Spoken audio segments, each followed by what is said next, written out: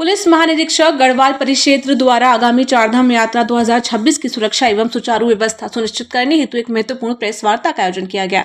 IG Garhwal ने बताया कि इस वर्ष की यात्रा को पिछले अनुभवों के आधार पर अधिक डिजिटल, सुरक्षित और सुविधा युक्त बनाने के लिए व्यापक मास्टर प्लान तैयार किया गया है।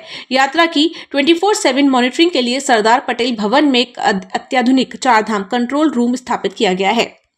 कि हमारी देवभूमि सभी श्रद्धालुओं का, सभी पर्यटकों का बहुत स्वागत करती है और इसी स्वागत के लिए हमारा ये ध्येय है कि जो हमारे यहाँ पे जो पर्यटक आएँ या फिर जो श्रद्धालु आएँ, श्रद्धा भाव से यहाँ पर दर्शन करें, दर्शन का लाभ लेकर सुरक्षित वो वापस लौटें।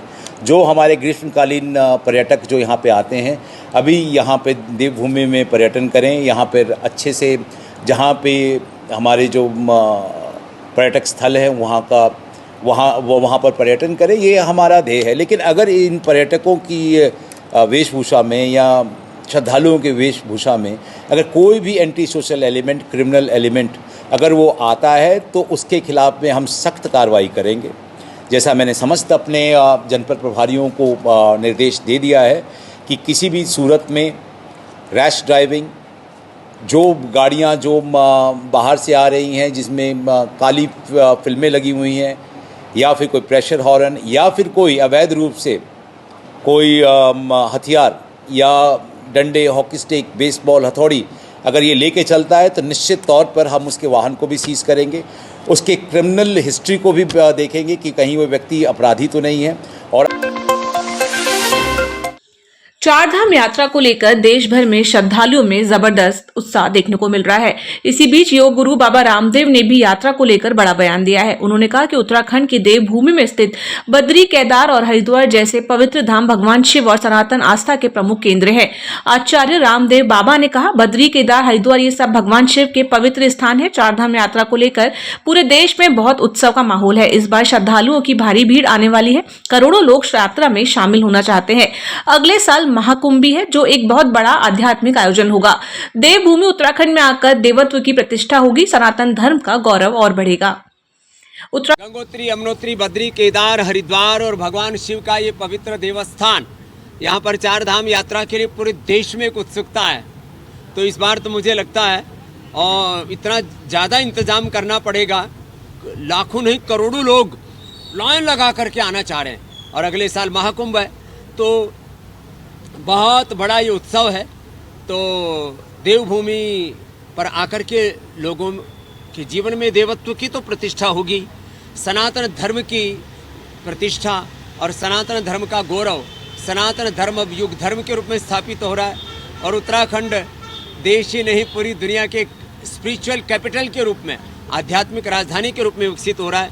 उसके लिए धामी जी को, देश के यशस्वी प्रधानमंत्री श्रद्धेय श्री मोदी जी को अभिनंदन है। उत्तराखंड में कल से शुरू होने वाली बहुप्रतीक्षित चारधाम यात्रा को लेकर धामी सरकार पूरी तरह एक्शन मोड में है। प्रदेश के लोक निर्माण एवं पर्यटन मंत्री सतपाल महाराज ने आज एक उच्च स्तरीय समीक्षा बैठक की। बैठक के बाद उन्होंने मीडिया से बातचीत में यात्रा रूट की सड़कों और सुविधाओं पर महत्वपूर्ण अपडेट दिए। सतपाल महाराज ने बताया कि पीडब्ल्यूडी, सिंचाई और पर्यटन विभाग के अधिकारियों के साथ यात्रा रूट की सड़कों की समीक्षा की गई है। डबराड़ी और भटवाड़ी जैसे क्षेत्रों में सिल्ट के कारण बढ़ते जलस्तर और सड़क कटाव को रोकने के लिए चैनलाइजेशन का आदेश दिया गया है।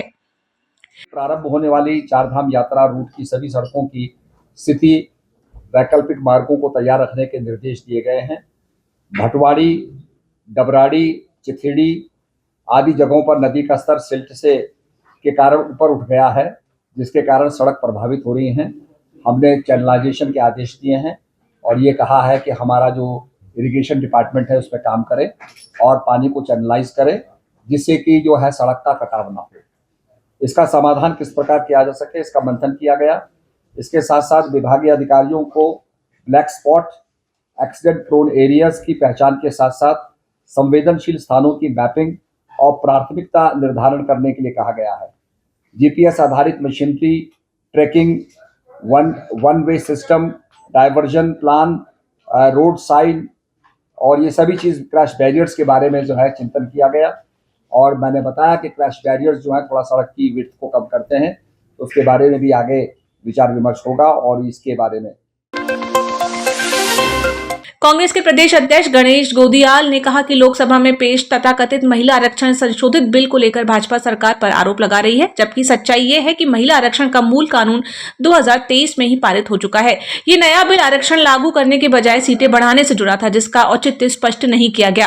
कांग्रेस ने सिर्फ यही सवाल उठाया कि बिना ठोस आधार के सीटें बढ़ाने की जरूरत क्या है, जबकि वर्तमान सीटों पर ही 33% आरक्षण लागू किया जा सकता है।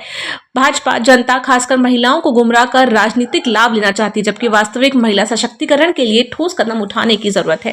उत्तराखंड के परिप्रेक्ष्य में धामी जी ने एक कल जो ट्वीट किया जो अपने सोशल मीडिया से उन्होंने लिखा, उन्होंने पूरा इसका दोष कांग्रेस को दिया और उन्होंने लिखा कि नारी शक्ति बंधन अधिनियम जैसे ऐतिहासिक संविधान संशोधन और को कांग्रेस और उसके सहयोगी दलों ने मिलकर रोक दिया। महिलाओं को 33% आरक्षण देने वाले बिल का विरोध करना ही नहीं बल्कि उसका मजाक उड़ाना और जश्न मनाना यह केवल राजनीतिक नहीं, नारी शक्ति का अपमान है। मुख्यमंत्री धामी जी, आप इस प्रदेश की हमारी भोली भाली बहनों को बरगला रहे हैं। महिला आरक्षण का बिल पहले ही पास हो चुका है। अगर आपको महिला आरक्षण लागू करना है तो उत्तराखंड की वर्तमान 70 सीटों के आधार पर महिला आरक्षण लागू कर दीजिए। किसने रोका है आपको? देश के प्रधानमंत्री जी को महिला आरक्षण लागू करना है तो 33% आरक्षण वर्तमान सीटों के सामने लागू कर दीजिए। किसने रोका है उनको? रामनगर के कोसी नदी क्षेत्र में एक चौंकाने वाली घटना सामने आई है, जहां उपखनिज लेकर जा रहे एक ट्रैक्टर में अचानक आग लग गई। देखते ही देखते ट्रैक्टर आग के गोले में बदल गया। रामनगर के कोसी नदी के कठिया पुल गेट के पास उस वक्त अफरा तफरी मच गई, जब नदी में उपखनिज लेकर जा रहे एक ट्रैक्टर में अचानक आग लग गई। बताया जा रहा है कि अर्जुन ट्रैक्टर था, जिसका नंबर 2919 बताया जा रहा है। ट्रैक्टर में आग कैसे लगी, इसका कारण फिलहाल स्पष्ट नहीं हो पाया है। रुड़की में भाजपा प्रदेश प्रभारी दुष्यंत गौतम के आगमन का उत्तराखंड क्रांति दल ने जोरदार विरोध किया है। बीएसएम चौक से शुरू हुआ प्रदर्शन गगनहर पुल तक पहुंचते पहुंचते उग्र हो गया, जहां पुलिस और कार्यकर्ताओं के बीच तीखी नोकझोंक भी देखने को मिली। रुड़की के बीएसएम चौक पर उत्तराखंड क्रांति दल के दर्जनों कार्यकर्ता जिला अध्यक्ष दीपक लखवान के नेतृत्व में एकत्र हुए। भाजपा प्रदेश प्रभारी दुष्यंत गौतम ने जिला कार्यालय आगमन के विरोध में कार्यकर्ताओं के जोरदार नारेबाजी करते हुए भाजपा कार्यालय की ओर पैदल कूच किया। प्रदर्शनकारी बीएसएम चौक से होते हुए मालवीय चौक पहुंचे, जहां पुलिस ने उन्हें रोकने का प्रयास किया, लेकिन कार्यकर्ता नहीं माने और आगे बढ़ते रहे। इसके बाद गगनहर पुल पर भारी पुलिस बल तैनात कर उन्हें जबरन रोका गया।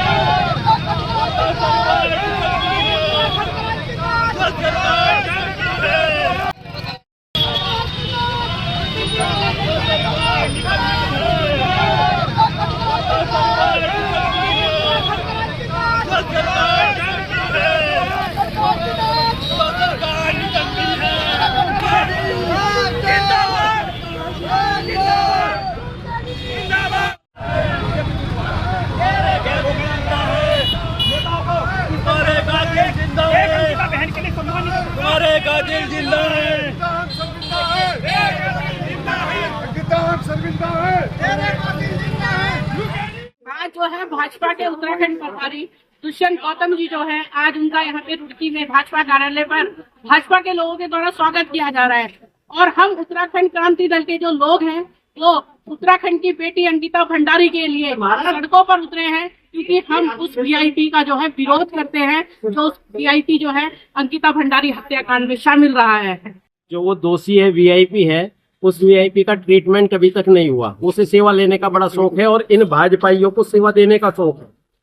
ठीक, आज हमारा मन कर रहा है ऐसे तमाम भाजपाइयों पे थू करने का, थू उन सब पर जो अंकिता भंडारी के हत्यारे को आज जो है यहाँ स्वागत कर रहे हैं, स्वागत समारोह बना रहे हैं ना, उन सारे भाजपाइयों पे थू है और पूरे प्रदेश की जनता की ओर से थू है ये। उत्तराखंड के उधम सिंह नगर के जसपुर में महारानी लक्ष्मीबाई की मूर्ति स्थापना को लेकर विवाद गहराता जा रहा है। 15 अप्रैल 2026 को ठाकुर मंदिर चौराहे पर खुदान कार्य के दौरान कांग्रेस विधायक आदेश सिंह चौहान और पूर्व विधायक डॉक्टर शैलेंद्र मोहन सिगल आमने सामने आ गए। दोनों पक्षों के समर्थकों में धक्का मुक्की और हंगामा हुआ, जिसे पुलिस ने शांत कराया। पूर्व विधायक द्वारा बिना अनुमति मूर्ति लगाने का आरोप सोशल मीडिया पर वायरल हुआ, लेकिन खंड विकास कार्यालय के आदेश के आधार पर यह दावा गलत बताया गया। महिलाओं सहित स्थानीय लोगों ने कोतवाली पहुंचकर पूर्व विधायक के खिलाफ तहरीर देकर एफआईआर की मांग की है। भारत माता की जय, भारत माता की जय।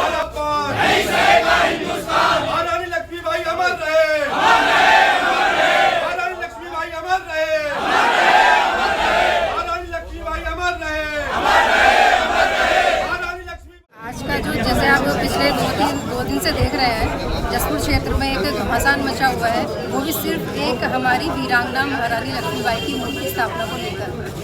अब ये बताइए, जब पिछले कुछ वर्षों से यहाँ पे ठाकुर मंदिर के सामने एक स्थान पर उनकी जयंती मनाई जा रही थी, अगर विरोध करना था तो उस समय पे क्यों नहीं किया? जब लास्ट टाइम पे जब मूर्ति स्थापना की जा रही थी तभी वो गुंडागर्दी करने क्यों आए, क्यों रोका? और सरकारी काम को रोकने के लिए उनको परमिशन किसने दी? तो ये गुंडागर्दी क्यों? वहाँ तो दूसरी ओर विशेष पार्टी बीजेपी पार्टी ये कहती है कि महिलाओं का सम्मान होना चाहिए, तो ये किस तरह का सम्मान था? जसपुर क्षेत्र में एक भी वीरांगना की मूर्ति नहीं है। एक पहली मूर्ति लगने जा रही थी, जिसको भी उसमें इनको परेशानी हुई और उसको हटाने के लिए अब गुंडागर्दी पे उतर आए। अब खुद ही सोचिए, एक और तो प्रधानमंत्री जी क्या कहते हैं और दूसरी ओर उनके भाषण करते क्या। मैदान में इसलिए उतरना पड़ा, एक हमारी वीरांगना है महारानी लक्ष्मीबाई, सभी जानते हैं। उन्होंने अपने देश के लिए, अपने राज्य के लिए वो अपनी जान की परवाह ना करते हुए अपने बच्चों को पीठ में बांधकर और अंग्रेजों से लोहा ले रही हैं। आज उसी महिला की प्रतिमा हम लगाना चाहते हैं और 2 साल से हम उस जगह ठाकुर मंदिर के सामने वहाँ पर एक जयंती भी मना रहे हैं, लेकिन यहाँ आज ज्ञापन भी दे रखा था। वो ज्ञापन पूरा होने के बाद विधायक जी जैसे प्रतिमा को वहाँ लगाने के लिए कार्य शुरू किया, तो उन लोगों ने, दूसरे लोगों ने आकर यहाँ पर लड़ाई झगड़ा किया, गाली गलौज की, विधायक जी गुंडागर्दी का ही। तो आप बताएं कि मैं पूछना चाहती हूँ लोगों से कि एक वीरांगना की प्रतिमा लगाने में उनको क्या आपत्ति है? क्योंकि विधायक जी अगर एक अच्छा कार्य कर रहे हैं, महिला के सम्मान, हमारे प्रधानमंत्री भी कहते हैं कि आदिवासी महिला को सम्मान मिलना चाहिए, तो क्या आज वो वीरांगना जो थी रानी लक्ष्मीबाई, क्या वो महिला नहीं थी? क्या उसने देश के लिए नहीं किया? क्या वो जाति विशेष के लिए किया? उन्होंने सभी जाति धर्मों के लिए किया है, सभी पूरे देश के लिए किया है, सारी जाति वर्ग के लिए किया है, क्या एक व्यक्ति विशेष के लिए नहीं किया? तो हम चाहते हैं कि रानी लक्ष्मीबाई की प्रतिमा वहाँ पर लगनी चाहिए और विधायक जी को जो अपशब्द गुंडागर्दी कहा गया है। बार बार पूर्व विधायक द्वारा एक आरोप लगाया जाता है कि बिना प्रशासन की मंजूरी के वहाँ काम चल रहा है। पहली बात मैं उनसे पूछना चाहता हूँ, 3 बार वो भी यहाँ से विधायक चुने गए, क्या उन्होंने विधायक निधि से काम ऐसे ही कराए? लेकिन आज तो ऑनलाइन व्यवस्था है। ऑनलाइन स्वीकृति होने के बाद, सीडीओ से स्वीकृत होने के बाद जो कार्यदायी संस्था होती है उसका जो है वर्क ऑर्डर देती है, और जो वर्क ऑर्डर ये है 15/10/25 उसके तहत वह कार्य हो रहा था। और विधायक होने के नाते उन्होंने मुझे भूमि पूजन के लिए बुलाया। तो मैं पूछना चाहता हूं कि आपको अधिकार किसने रोकने का काम दिया? कि आप कौन है? कि यहाँ के गुंडे या डोन आप हैं? और एक मूर्ति कोई बता दें या एक या शिलापट बता दें कि उन्होंने किसी स्मारक का बनाया हो, किसी शहीद का बनाया हो। बग्गा द्वार उनके टाइम में शहीद हुआ, लेकिन उसका द्वार मेरे द्वारा बनाया गया। हमारा एक चौहान सैनिक मुरली वाले का वो शहीद हुआ उनके समय में, उसका द्वार मेरे द्वारा बनाया गया। वीर अब्दुल हमीद मेरे द्वारा बनाया गया। सरदार सुखदेव जी और हमारे जो सरदार भगत सिंह द्वार वो मेरे द्वारा बनाया गया। पृथ्वीराज चौहान की मूर्ति में भी इन्होंने अवरोध पैदा किया था जब लगी थी। विनय रोहले जी ने उसकी शुरुआत की थी और जब लगाने गए तो इन्हीं के द्वारा उस पर रोक लगाई गई।